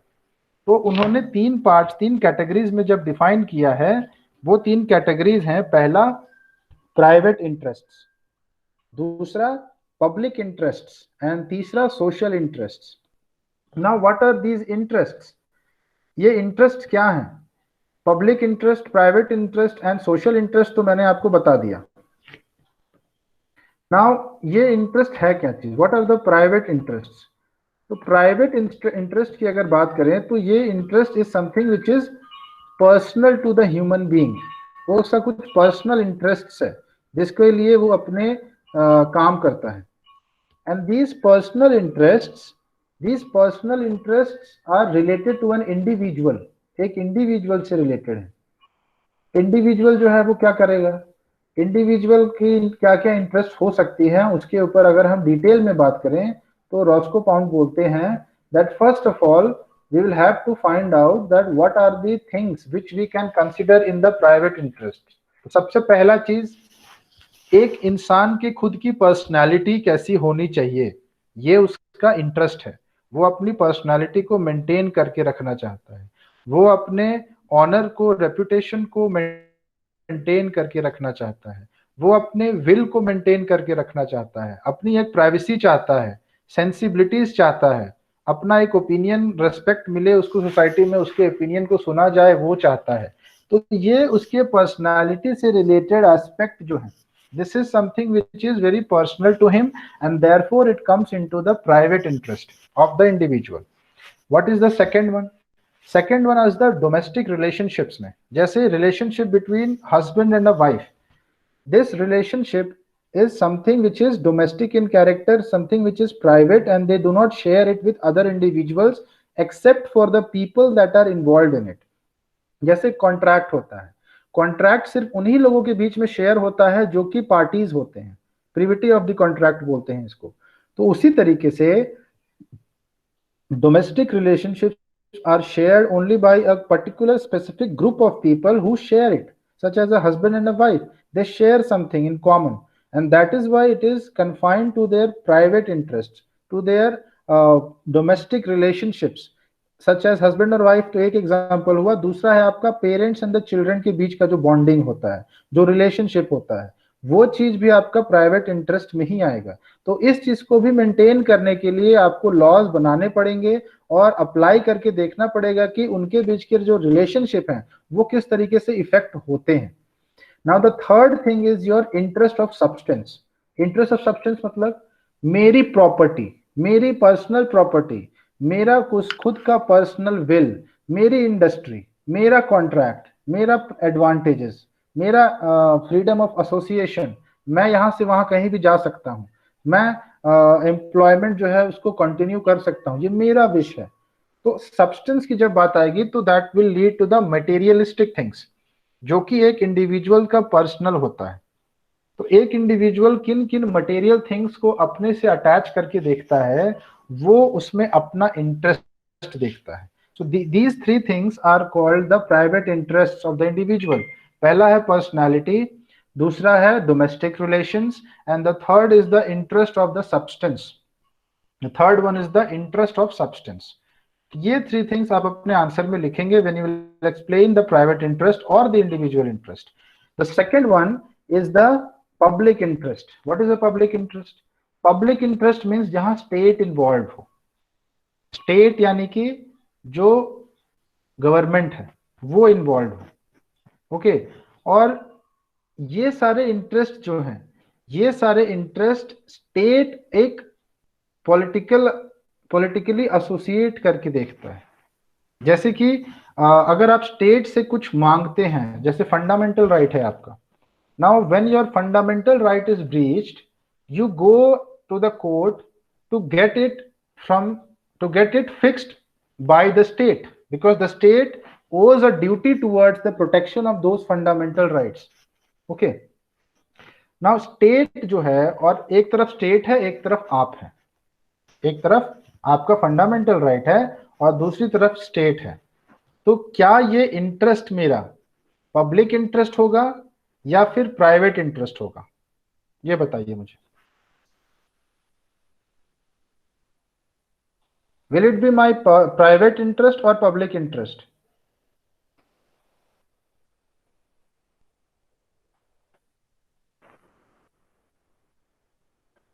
बताइए।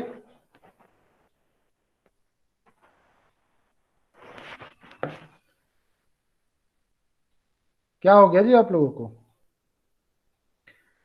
These are the public interest. Public interest वैसे इंटरेस्ट होते हैं जो कि पॉलिटिकल इंटरेस्ट होते हैं किसी भी इंडिविजुअल के, and these interest you expect from the state. आपके और स्टेट के बीच में जो इंटरेस्ट आता है ना, उनको पॉलिटिकल इंटरेस्ट या फिर पब्लिक इंटरेस्ट बोलते हैं। लेकिन जब दो इंडिविजुअल्स के बीच में आएगा तब वो प्राइवेट इंटरेस्ट हो जाएगा। और जब एक तरफ स्टेट है और दूसरी तरफ एक इंडिविजुअल है, उनके बीच में जब भी कोई इंटरेस्ट की बात करेंगे तब वो पब्लिक इंटरेस्ट हो जाएगा। और वो बेसिकली जनरली किस चीज से रिलेटेड होना चाहिए? पॉलिटिकल इंटरेस्ट से रिलेटेड होना चाहिए। जैसे कि आपका जो फंडामेंटल राइट है, this is something which is your politically related thing. तो fundamental rights you are getting against whom? From the state, है ना। सो स्टेट उस चीज को प्रोटेक्ट कर रहा है। So this interest of yours is the public interest. Okay. या फिर कोई ऐसा इंटरेस्ट जो कि एज यू नीड और you are being in a conflict with in the context of a juristic person. Who is a juristic person? Court decide करता है कि हर वो चीज जो कि इंसान नहीं है, लेकिन for the purpose of the rights and the duties we will provide that thing a right and there will be a duty on that person. जैसे कि आपके लॉर्ड गणेशा है। Lord Ganesha is being considered as a juristic person because court ने इस चीज को accept कर लिया है that Lord Ganesha has got a right also and Lord Ganesha has also a duty towards you. So juristic person is can be found out from case to case basis, है ना। Case to case. ये कोई organisation है, एक organisation का rights और duties होता है, अगर वो कोर्ट मान लेती है तो फिर वो juristic पर्सन बन जाएगा। juristic पर्सन मतलब का ये मतलब है that there will be some right और सम ड्यूटी अपॉन यू। उसको हम लोग बोलते हैं that you are a juristic person. Rights and duties generally किसको दिया जाता है? Yes, Lord Ram is also considered as a juristic person, क्योंकि आप जो जन्मभूमि बना रहे हैं वो उनका हक समझ के बना रहे हैं कि राम जी का हक है कि उनका एक घर हो, है ना, उनका एक मंदिर हो। तो क्योंकि एक हक समझ के बना रहे हैं तो इसीलिए एक राइट दिया है आपने लॉर्ड राम को to get that temple constructed. तो इसीलिए राम भगवान is a juristic person that has been recognised by the court. तो juristic पर्सन वैसे एंटिटीज होती हैं जो कि नेचुरल नहीं है, जो कि ह्यूमन बींग्स नहीं है, but still they get some rights and they owe some duties. उनको juristic पर्सन बोलते हैं। तो अगर उनके अगेंस्ट भी आपका कोई इंटरेस्ट है तब हम क्या बोलेंगे? That is something which is public interest, that is a public interest. तो देखिए, आपको जो मैंने प्रोवाइड किया है ना नोट्स, मैं एक शेयर करता हूं, आपके स्क्रीन पर ही शेयर कर देता हूं, उसी में ये सारी चीजें लिखी गई है। सी,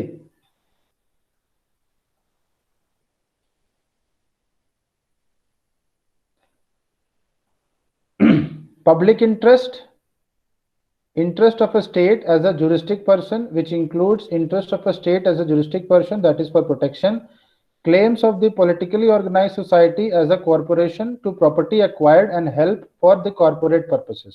अगर कोई पॉलिटिकल ऑर्गेनाइज पार्ट सोसाइटी जो है वो कुछ क्लेम करती है तो उसका इंटरेस्ट है।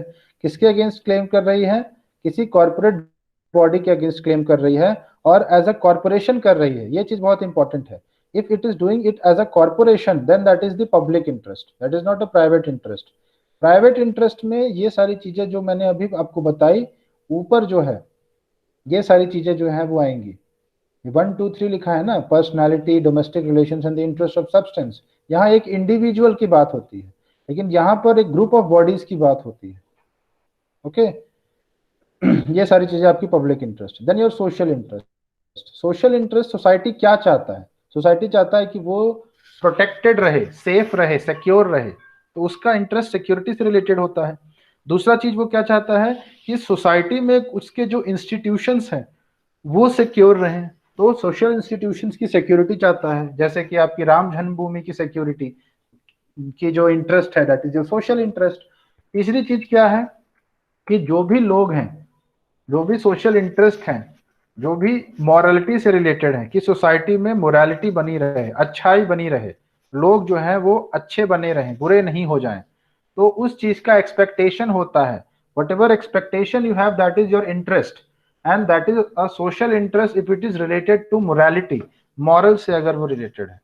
Fourth thing is social interest in the conservation of social resources. Social resources यानी कि अगर कुछ सोसाइटी में चीजें हो रही हैं, कोई कस्टम है, कोई रिचुअल है, और आप उसको प्रोटेक्ट करा के रखना चाहते हैं, तो वो भी आपका एक सोशल इंटरेस्ट है। Then the social interest in general progress such as your economic, political and your cultural progress, इनको भी अगर आपको प्रोटेक्शन करवाना है, प्रोटेक्ट करवाना है, तो ये आपका इंटरेस्ट है। तो इस तरीके के इंटरेस्ट सोशल इंटरेस्ट में आते हैं। तो इन्हीं को आपको एक्सप्लेन करते हुए फिर लास्ट में एक्सप्लेन करना है दैट दीज थिंग्स, ये जितनी भी चीजें हैं, ये सारा का सारा चीज, it requires what? It requires a process of social ordering. ये सारी की सारी चीज requires a process of social ordering, and this therefore is known as social engineering by Roscoe Pound. और इसी को उसने सोशल इंजीनियरिंग बोला है, because these things are being engineered, and since society is involved in it, therefore these things which you are doing through the society, these things are the socially engineering tools that you are using. ये जितने भी private, international, private interest, ये सारे tools है ना, कि society में आप इन सारी चीजों को ध्यान में रखकर एक प्रोसेस के थ्रू ऑर्डर लेकर आए सोसाइटी में, सच दैट कि हर किसी का इंटरेस्ट जो है वो बरकरार रहे। और जब आप कम्युनिटी में हार्मनी ले आएंगे, यहाँ देखिए इंडिविजुअल्स में कॉन्फ्लिक्टिंग इंटरेस्ट्स में आप जब हार्मनी लेकर आ जाएंगे, तब जाकर आपका सोशल इंजीनियरिंग करने से जो कंस्ट्रक्शन हुआ है, that will be in order, that will be in order, because now that has been achieved. तो इंटरेस्ट को खत्म करना, इंटरेस्ट को मतलब कॉन्फ्लिक्ट को, इंटरेस्ट को नहीं, कॉन्फ्लिक्ट्स को खत्म करना is the motive of the laws, ऐसा रॉस्को पाउंड का मानना था। ठीक है, तो ये आपका पूरा का पूरा रॉस्को पाउंड की थ्योरी है, जो कि आप लिखेंगे। क्वेश्चन देखिए, तो क्या क्वेश्चन आपके आ सकते हैं, ये देखिए आ गया।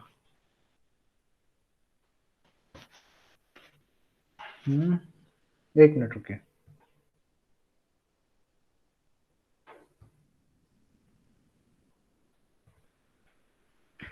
This is your question paper. ये देखिए क्वेश्चन 5 जो है, it relates to the second one. देखिए, law is social engineering which means a balance between the competing interests in the society. Critically analyze the statement with examples in the light of interest theory propounded by Roscoe Pound. Now it says critically analyze. तो critically कैसे analyze करेंगे? Critically analyze करने का ये मतलब है that you will write the things which do not favor, मतलब which are the problems in the society, which are the problems in the society and which are acting as a hurdle for maintaining a balance in the society. तभी जाकर ये जो ऊपर statement लिखा है इसको criticise कर पाएंगे। तो इसमें क्या आप लिखेंगे? इसमें सबसे पहले तो आप बताएंगे ना कि सोसाइटीज के इंटरेस्ट क्या होते हैं, फिर आप बताएंगे कि सोशल इंजीनियरिंग क्या होता है, रॉस्को पाउंड की जो सोशल इंजीनियरिंग की थ्योरी है वो क्या बताती है।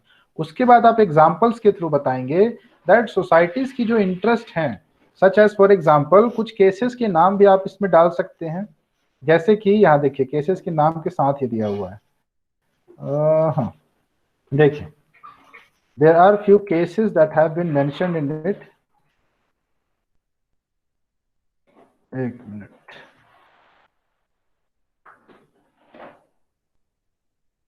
ये पॉस्टुलेट्स जो है ये इंपॉर्टेंट नहीं है, जुरल पॉस्टुलेट्स रॉस्को पाउंड के। ये देखिए, ये जो क्रिटिसिज्म है ना, ये रॉस्को पाउंड का क्रिटिसिज्म है, रॉस्को पाउंड की थ्योरी का क्रिटिसिज्म है।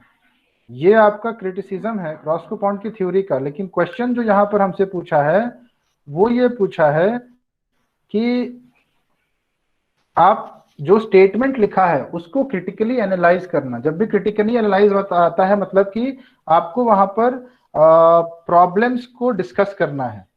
जो भी उस स्टेटमेंट में प्रॉब्लम्स हैं उन प्रॉब्लम्स को डिस्कस करते हुए एक सॉल्यूशन प्रोवाइड करना है। तो ये क्रिटिसिज्म अलग है, वो क्रिटिकल एनालिसिस अलग है। अब इसमें देखिए आपके केस लॉज भी मिल जाएंगे। देखिए यहाँ पे कुछ केस लॉज हैं, animal and environment legal defence fund versus union of India and others. इसमें जजमेंट जो आया था वो क्या आया था कि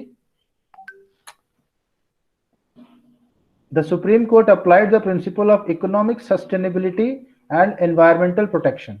अब देखिए, साथ ही साथ आपको इकोनॉमी को मेंटेन करना है और एनवायरनमेंट को प्रोटेक्ट करना है। पेड़ काट रहे हैं और साथ ही साथ आपको डेवलपमेंट भी लाना है।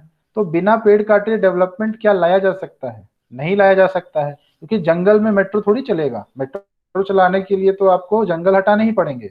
बिल्डिंग्स जो बनाएंगे आप जंगल में थोड़ी बन सकता है, पेड़ काटना पड़ेगा। लेकिन देयर शुड बी बैलेंस। तो कुछ केसेस के हेल्प से आप सिचुएशंस को एक्सप्लेन करेंगे। If the villagers are not permitted fishing their livelihood shall be destroyed.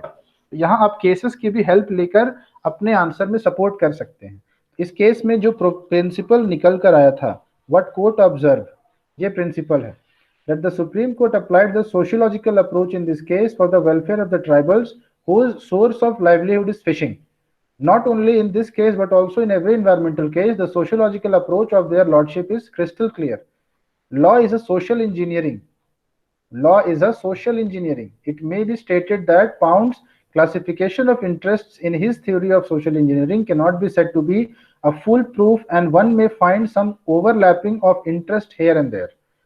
Overlapping तो होगा ही इंटरेस्ट, लेकिन ओवरलैपिंग जहां पर होगा कॉन्फ्लिक्ट भी वहीं पर होगा। तो उनको रिजॉल्व करने के लिए आपको क्या करना होगा?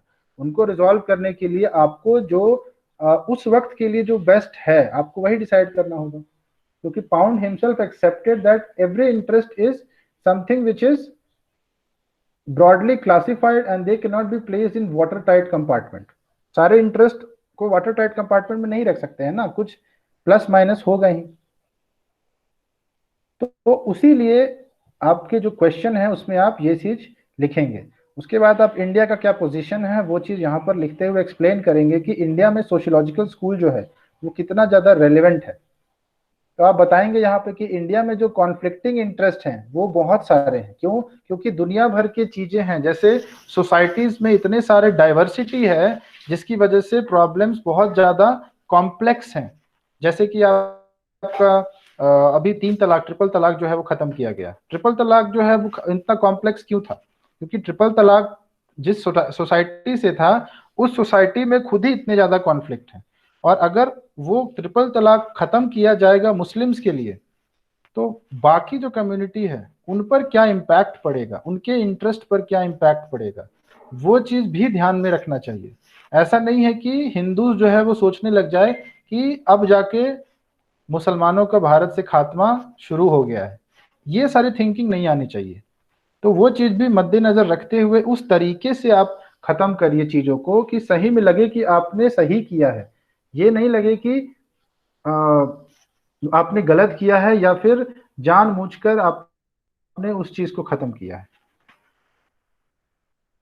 ठीक है। अब एक लास्ट टॉपिक है जो कि आपका बचा है इससे रिलेटेड, थ्योरी से रिलेटेड। वो है आपकी Hohfeld's analysis of right and duties. इसके लिए मैं आपको कुछ जरूरल पोस्टुलेट्स दिखाता हूं, देखिए।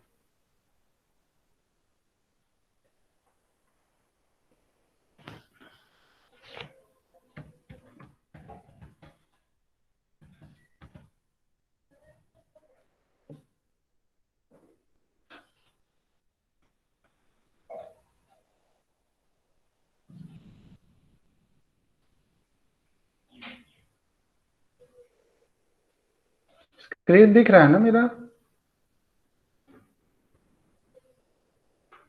Yes sir. देखिए, हॉफेल्ड थ्योरी जो है वो बात करती है राइट्स एंड ड्यूटीज की। It talks about rights and duties. तो हॉफेल्ड की थ्योरी पे जो भी आपका क्वेश्चन आएगा वो हॉफेल्ड की थ्योरी को विद एग्जांपल्स एक्सप्लेन करने के लिए आएगा। देखिए, हॉफेल्ड जी थे वो, उन्होंने क्या बोला, ये आपका क्वेश्चन डायग्राम दिख रहा है ना आपके सामने? हाँ दिस जी इज सर। Diagram, okay. ये है राइट और ड्यूटी, ये है privilege and no right, then there is power, liability, there is immunity and disability. Right और ड्यूटी क्या होता है? What is a right and a duty? Right मतलब होता है आपका कुछ इंटरेस्ट था, जैसे कि अभी हम इंटरेस्ट की बात कर रहे थे।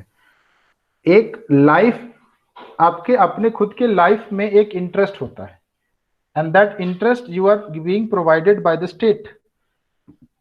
मतलब कि स्टेट आपकी लाइफ को प्रोटेक्ट कर रही है। By what? By the fundamental right of article 21। सो आपका जो लाइफ है, आपका एक इंटरेस्ट है। नाउ दिस राइट, आपको मैंने बताया था कि राइट और ड्यूटीज एक दूसरे से रिलेटेड होती हैं, लेकिन there are certain rights which do not have an right attach to it, such as your fundamental duties. Fundamental duties की से रिलेटेड कोई राइट नहीं है। मतलब फंडामेंटल ड्यूटी किसी के भी ऊपर कोई भी राइट नहीं देता है। But there are so many rights in your constitution and your other provisions of different acts, where you will find that rights have a duty attached to it, and this duty will be the duty on the other person। जैसे कि science के आप student हैं तो आपको पता होगा कि न्यूटन्स थर्ड लॉ क्या बोलता है, that to every action there is equal and opposite reaction, the action and reaction acting on the two different bodies। यही बोलता है, अगर आपने न्यूटन के थर्ड लॉ पढ़े होंगे तो यहां भी यही चीज है। हर चीज में जहां भी इंटरेस्ट होते हैं वहां पर राइट्स होती है और ड्यूटी होती है, और ये राइट और ड्यूटी अलग अलग लोगों के लिए होती है। तो राइट जिसके लिए होगा उसकी ड्यूटी नहीं होगी, जिसके लिए जिसका राइट होगा, किसके अगेंस्ट उसका राइट है उसकी ड्यूटी बन जाएगी। जैसे कि फंडामेंटल राइट जो हमारा है, तो ये एक ड्यूटी अटैच किए हुए है किसी दूसरे बंदे को, और वो कौन सा बंदा है? वो है state. Now the state is having a corresponding duty towards the right which I have. So see, right and duties, they are acting on two different bodies, okay? And to every right there is a attached duty। Hohfeld का जो rights and duty का concept है ना, वो यही चीज है कि to every right there is an attached duty.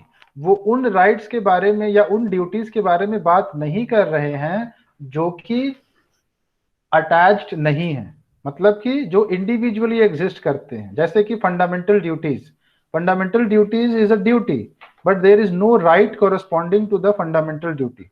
ये किसी को कोई राइट नहीं दे रहा है। सो उनके बारे में हॉफील्ड का कॉन्सेप्ट है ही नहीं।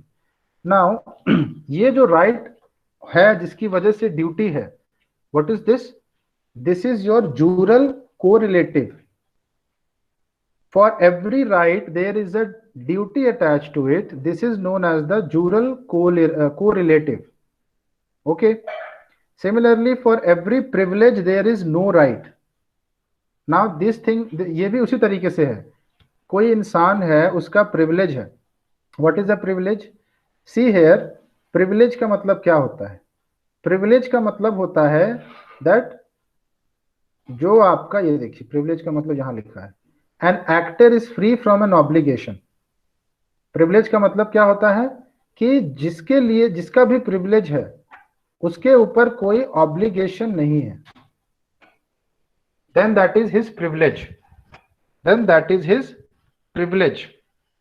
उसका कोई भी ऑब्लिगेशन नहीं है। जैसे for example I would like you to know that, मान लीजिए कि एक पार्किंग एरिया है, ये parking area is owned by a company, Now I am the member of the company, and therefore I have got what? I have got privilege to park in the privileged areas of that company because I am the member of that company.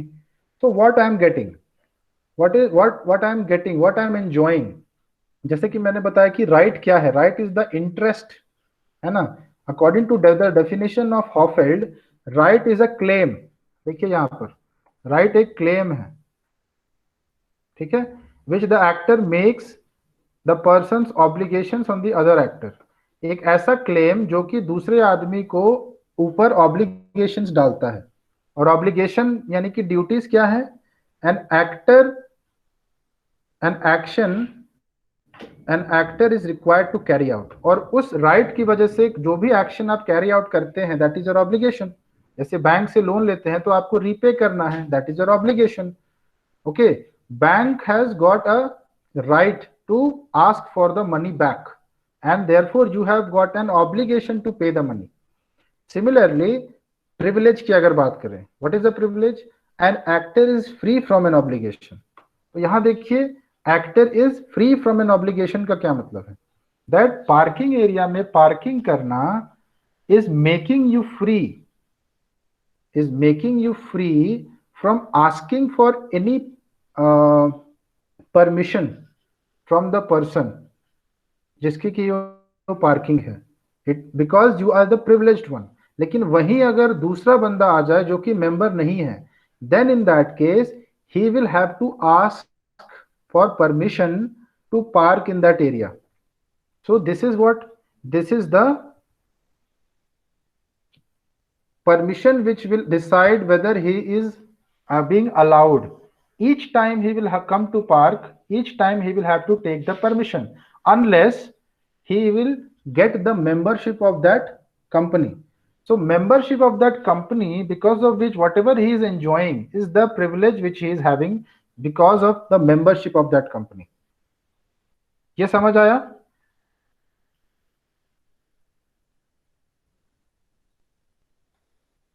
बताइए, आप लोग बोलते क्यों नहीं हैं? Yes sir.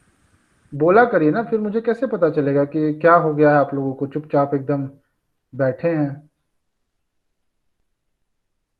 अच्छा समझ में आ रहा है ना, क्योंकि बोलते नहीं हैं आप लोग, मैं क्या समझूं इस चीज को? बहुत ज्यादा समझ में आ गया है कि कुछ नहीं समझ आ रहा है?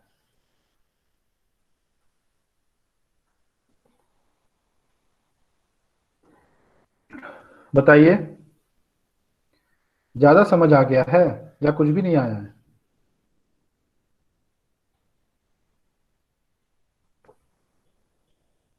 सर ये डायग्राम वाला पार्ट इतना अच्छे से नहीं समझ में आया। ठीक है, तो बोलिएगा तब ना, आप बोलते ही नहीं हैं आप लोग। टाइम वेस्ट करने के लिए थोड़ी बैठे हैं हम यहाँ, कुछ सीखने के लिए बैठे हैं। कुछ सीखेगा ही नहीं तो फिर क्यों मैं बोले जा रहा हूँ इतना? बोला करिए। देखिए this is a diagram, okay? There are four things. One is right, one is privilege, there is a power, and there is an immunity. Okay, these are the four things.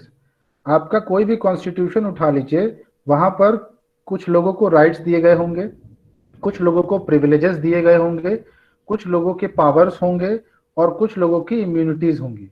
जैसे कि आपका एम्बेसडर है, जो होता है दूसरे country में जाकर अगर वो मर्डर भी कर देता है तो वो उस कंट्री के स्टैट्यूट बुक के हिसाब से कोई अथॉरिटी नहीं उसको पकड़ सकता है, because he is immune to it. वो उसकी इम्यूनिटी है कि उसको कोई क्रिमिनली लायबल नहीं कर सकता है। So this is the immunity which he enjoys in that country where he is ambassador. Similarly, अगर प्रेसिडेंट के एक्सेंट से, प्रेसिडेंट जो एसेंट देता है बिल्स पर, वो क्या है प्रेसिडेंट का? That is the power, because वो उसको एक अथॉरिटी की तरह यूज कर रहा है। जब तक वो सिग्नेचर नहीं करेगा तब तक कोई भी बिल, वो एक्ट नहीं बन सकता है। So anything that you use as the authority, that is your power. या फिर anything which can change the legal status of that particular thing, that is because you are having a power. जैसे कि legal status of that bill will change into an act because of the power that will be exercised by the president, which is giving assent. Giving the assent to the bill is a power because it is changing the legal status of the bill from bill to the act. वो bill से act बन रहा है क्योंकि president ने अपना power use किया उसको एसेंट देने के लिए. Okay, this is power. Privilege क्या होता है? प्रिविलेज होता है कि I will be free from the obligation. जैसे कि वैसे जो मैंने अभी आपको एग्जांपल बताया that if I want to park a vehicle in an area where I have to pay some fees. So if I have not paid that fees, then definitely I will not be allowed. But if I pay the fees, then I will be allowed to park in that area. This is one thing. Second thing is, if I get the membership of that company, then I will not have to pay fee again and again. Then I will be privileged to park in that area. I will have the privilege to park in that parking area, because then I will be the member of it. So being a member, I will be privileged to park in that area. Okay.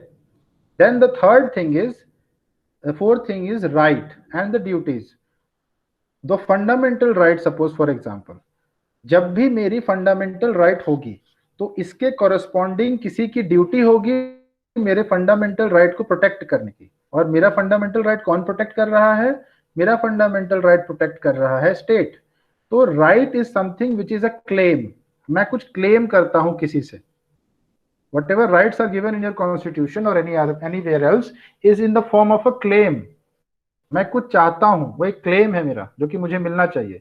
और उस claim की वजह से सामने वाले की duty बन गई है कि वो मुझे उसके एवज में कुछ दे. तो फंडामेंटल राइट्स के केस में क्या देता है? वो देता है प्रोटेक्शन. देन प्रिविलेज के कॉरेस्पॉन्डिंग क्या है? No right.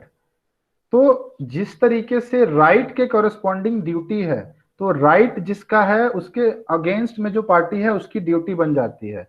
सिमिलरली प्रिविलेज अगर होगा किसी का तो उसके कॉरेस्पॉन्डिंग में जो होगा उसके पास नो राइट होगा. यानी if I am the member, then जो दूसरी पार्टी है, जैसे कि मान लीजिए कि पार्किंग में एक एरिया था जो कि प्रिविलेज सेक्शन के लिए था. Okay, that privilege section area I parked my car. Okay, now थोड़ी देर बाद मैं अपनी कार लेकर चला गया. ओके, तीसरा बंदा आया who is not the member of that company. उसने बिना पूछे वहां पर कार पार्क कर दी फीस देकर जहां पर कि मेरी गाड़ी पार्क होती थी. ओके, मैं वापस जब आया तब मैंने बोला कि यार ये तो मेरी जगह है, यहाँ तुमने कैसे पार्क करने के लिए अलाउ कर दिया? तो जो पार्किंग एरिया में आदमी था वो भी सक पका गया कि भाई ये तो मेंबर है, ये अगर बोल देगा कंपनी के जाके मैनेजर को तो वो तो मेरी नौकरी खा जाएगा. तो उसने क्या किया कि फोन किया उस ड्राइवर को जिसका भी वो गाड़ी था और उसको बोला कि यहाँ से ये हटाओ. तो उसने बोला क्यों हटाओ भाई, मैं गाड़ी पहले लगाया हूँ, मैं क्यों हटाऊं? तो उसने बोला कि ये जो गाड़ी है ना जिसकी है वो एक मेंबर है इस कंपनी का, तो इसका प्रिविलेज है लगाना, और इसी वजह से तुम्हारा कोई राइट नहीं बनता है कि तुम वहां गाड़ी लगाओ जहां पर कि इसका प्रिविलेज है. तो that is why you do not have any right against the privilege that he is having. तो यहां तुम्हें अपनी गाड़ी तो हटानी पड़ जाएगी. तो वही बोल रहा हूं कि when there is a privilege then the other person will have no right to go against the privilege. तो यही चीज यहां देखिए नो राइट में लिखा है ना, states that an actor does not have a right. Actor के पास कोई राइट नहीं है.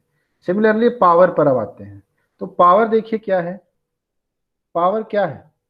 जब मैंने अभी आपको बताया कि पुलिस ये प्रेसिडेंट जो है उसको सिग्नेचर करने का पावर है. ओके, ना उसके सिग्नेचर करने के पावर के कॉरस्पॉन्डिंग किसकी लायबिलिटी बन जाती है? उसके सिग्नेचर करने के कॉरस्पॉन्डिंग किसकी लायबिलिटी बन जाती है? उसके सिग्नेचर करने के कॉरस्पॉन्डिंग लायबिलिटी बन जाती है स्टेट की कि अब वो उस सिग्नेचर किए हुए चीज को गैजेट में पब्लिश करे, जो गैजेट ऑफ इंडिया है ना उसमें पब्लिश करे, क्योंकि अब वो चीज एसेंट मिल चुका है।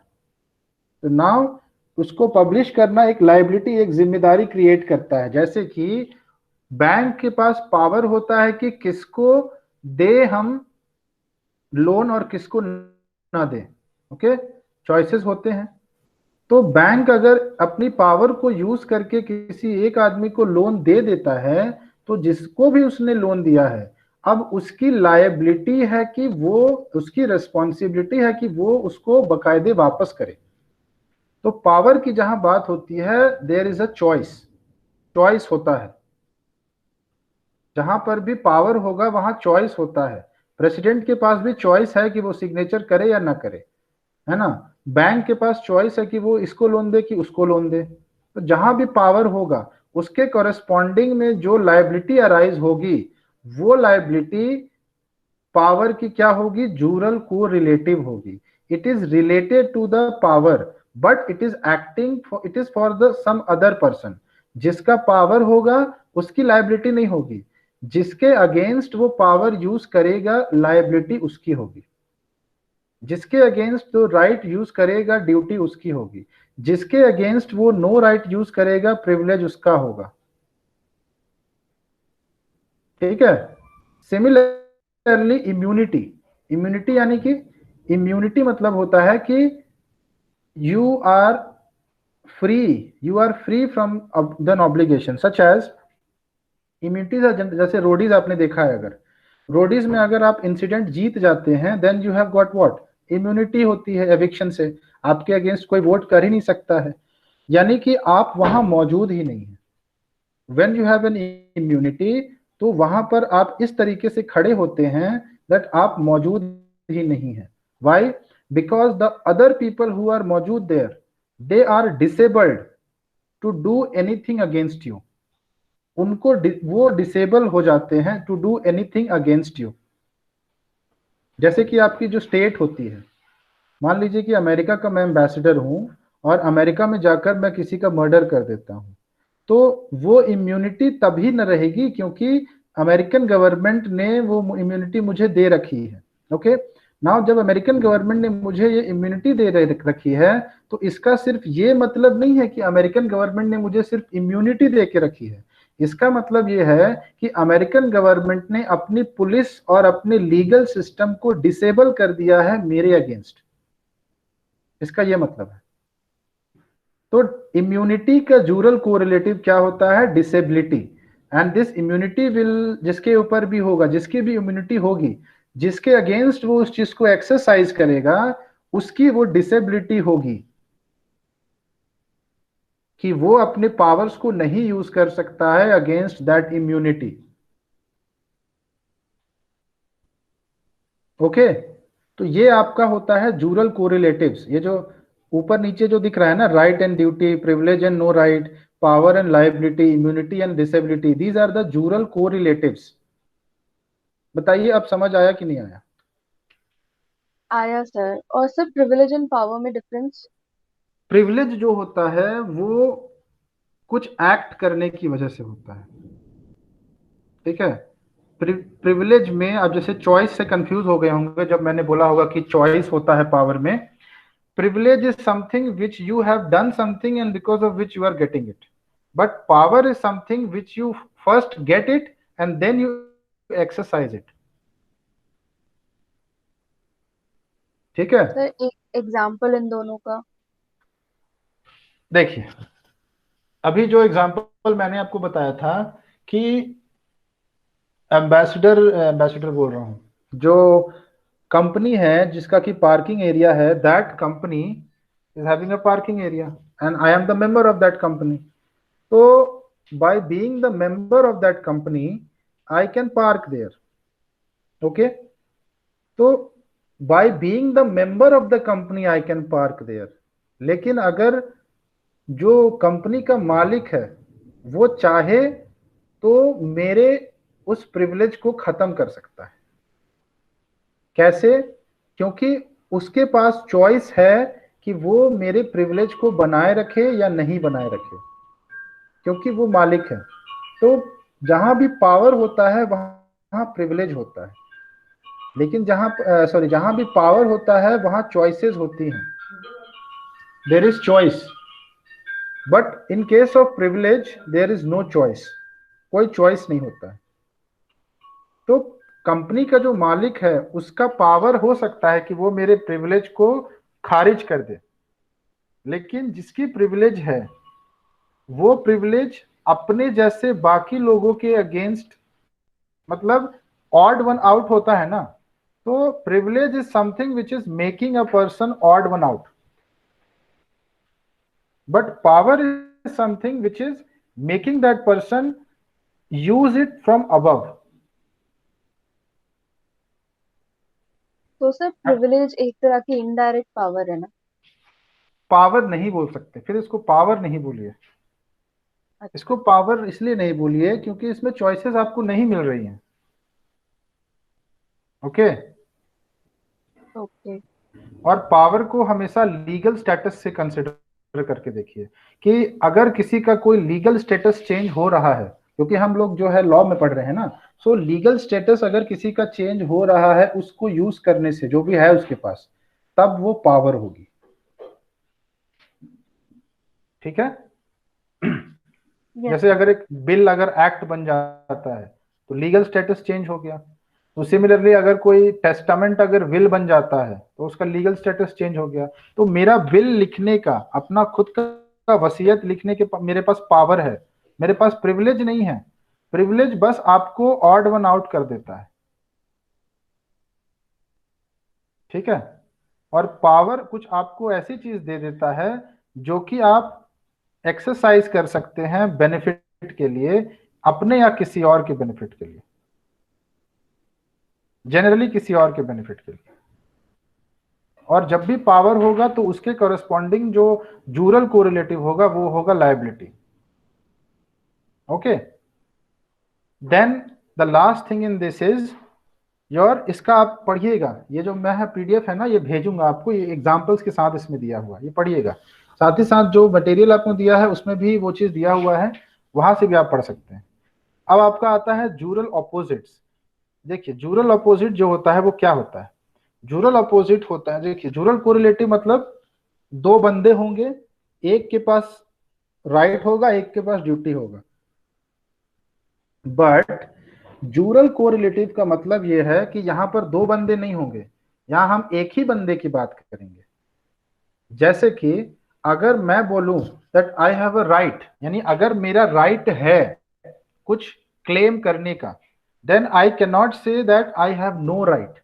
It means no right is a jural opposite of right. तो यहां मेरे से ही रिलेटेड होगा। If I say that I have a right, it means I can not say that I have no right. जो कल आप कंफ्यूज कर गए थे ना मलिका, जो कल आप कंफ्यूज कर गए थे ना कि ये तो पॉजिटिव मार्क और नेगेटिव मार्क में, वही चीज यहां भी अभी मैं समझा रहा हूं, सेम चीज बता रहा हूं कि अगर मेरा राइट है तो मैं ये नहीं बोल सकता हूं कि मेरा कोई राइट नहीं है। ठीक है। ये दोनों ही कुछ करना हो गया, लेकिन एक में राइट है एक में नहीं है। तो अगर मेरे पास राइट है तो मैं ये नहीं बोल सकता हूं कि मेरे पास कोई राइट नहीं है। This is my coral Jurel opposite. Similarly if I have a privilege, if I have a privilege, then I cannot say that it is my duty. If I have a privilege, then I cannot say that it is my duty.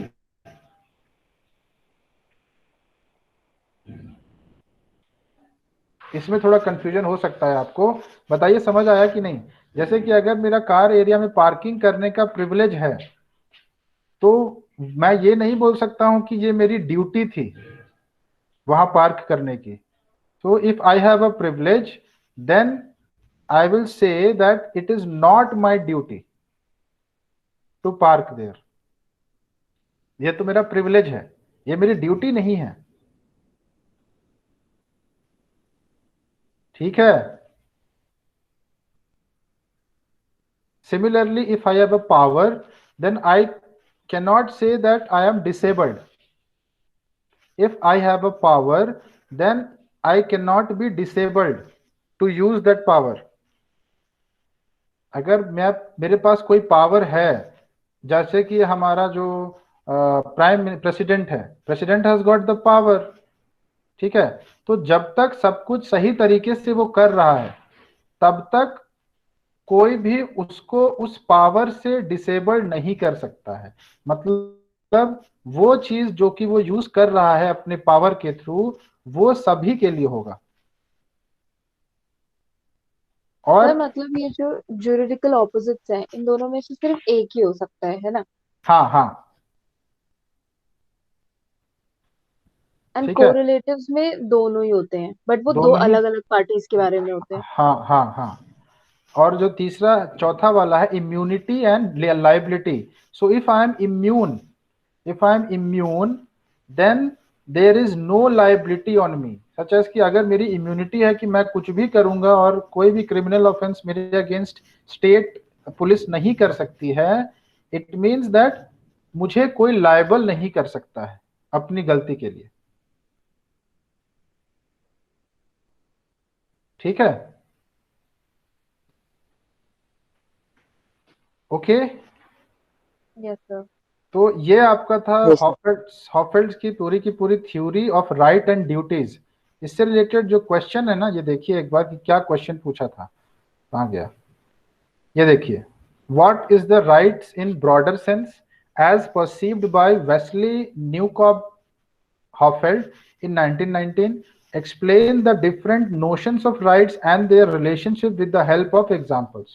इसमें आप पूरी की पूरी हॉफेल्ड theory समझाएंगे, सिर्फ rights नहीं, पूरी की पूरी प्रिविलेज और ये सारी चीजें समझाएंगे।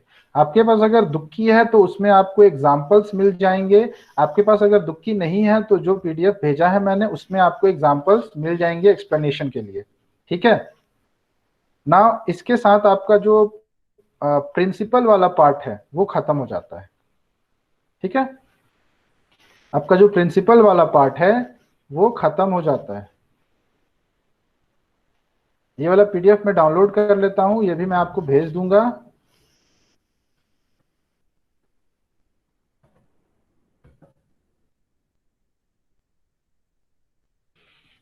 नाउ इसके अलावा जो सेकंड पार्ट है आपके सिलेबस का, वो मैं चाहूंगा कि आप लोग खुद से करें, क्योंकि जो नोट्स मैंने दिए हैं उसी में से वो आएगा और उसी में से आपको लिखना है। जैसे कि सेपरेशन ऑफ पावर हो गया, रूल ऑफ लॉ हो गया, और आपके major legal systems of the world हो गए। क्योंकि उसके लिए अलग से टाइम दूंगा तो फिर वो आप खुद भी कर सकते हैं, क्योंकि आपको अल्टीमेटली पढ़ना तो है। तो आप क्या करिए कि आप उनको पढ़िए, जो भी नोट्स मैंने दिए हैं ज्यादा है नहीं, उसमें ज्यादा बड़ा नहीं है। If you have any doubt, अगर आपको डाउट होता है, कुछ भी मन में शंका आती है कि ये चीज समझ नहीं आ रही है, तब आप मुझे मैसेज करिए, मैं आपको कॉल करके एक्सप्लेन कर दूंगा। ओके, ठीक है, या फिर पूरा समझाऊं? बताइए, जैसा बताइएगा वैसा करूंगा। सर आप शाम में ले लो ना उसकी क्लास, अगर आपके पास टाइम हो तो। आज एकदम टाइम नहीं है। मतलब आप बता दीजिए कब, जब भी फ्री हो आप। मैं परसों फ्री हो पाऊंगा, कल एकदम टाइम नहीं है दिन भर, और आज शाम से जो बिजी हूँ, मैं सीधे परसों सुबह जाके फ्री होऊंगा। तो कोई इशू नहीं है सर, हम परसों ले लेंगे, तब तक खुद भी पढ़ लेंगे। ठीक है, आप बाकी सब्जेक्ट पढ़ लीजिए, फिर हम आगे कर लेते हैं। ठीक है, थैंक यू सर। हाँ जी, थैंक यू सर। ओके, आप बाकी सब्जेक्ट्स आप लोग पढ़िए तब तक, और जितना भी अभी पढ़ाया है जूरिस्प्रूडेंस में आधा सिलेबस उसको पढ़िए, और कोशिश करिए कि जो नोट्स है उनके साथ मिलाकर पढ़िए। ठीक है, अब जबकि हमारा ये जो सिलेबस जो है वो ऑलमोस्ट कंप्लीट हो गया है, तो जिस दिन आपका जो ये है, परसों की मैंने बात की है ना, परसों के दिन मैं शाम को आपको अंडरलाइन करवा दूंगा सारे सब्जेक्ट्स के इम्पोर्टेंट जजमेंट्स के सेंटेंसेस। ठीक है, और सर ये मोहम्मदन लॉ भी तो रह गया है अभी। मोहम्मदन लॉ में मैं बता रहा हूँ ना, दो टॉपिक्स हैं, validity of marriages and divorce, बस यही दो टॉपिक से क्वेश्चन आते हैं। उनके इंपॉर्टेंट टॉपिक्स जो है आपको मैं बता दूंगा, और केसेस भी बता दूंगा। उस पर मैं टाइम अगर दूंगा पूरा सब्जेक्ट एक्सप्लेन करने के लिए, तो उसका आगे जाकर आपका कोई रेलेवेंस नहीं है, क्योंकि वो खत्म हो जाता है फर्स्ट सेमेस्टर में ही। और टाइम भी अभी आपके पास इतना नहीं बचा है कि आप अलग से उसके ऊपर टाइम दे पाएं। आपका जो मोटिव अभी होना चाहिए वो ये होना चाहिए कि जो भी आपका कंप्लीट हो गया है आप उसको बार बार पढ़ते रहें। मोहम्मदन लॉ से 2 क्वेश्चन आते हैं, लेकिन हिंदू लॉ से 4 क्वेश्चन आते हैं, आपको 4 ही करने हैं। तो अगर इन केस 4 में से कोई एक आप नहीं कर पाते हैं, तब आप जाके मुस्लिम लॉ करिएगा। तो उसके लिए मैं आपको इंपॉर्टेंट केस लॉज और टॉपिक्स बता दूंगा, आप पढ़िएगा और फिर उसको मैं नहीं समझ आता है तो समझा दूंगा। ठीक है उदित? Okay sir, okay. चलिए, तो आज के लिए इतना ही रखते हैं ना, आंधी यहाँ आने वाली है, बहुत तेज हवा चल रही है। चलिए फिर। Thank you, sir. Okay, Okay, thank you, thank thank you you. Sir.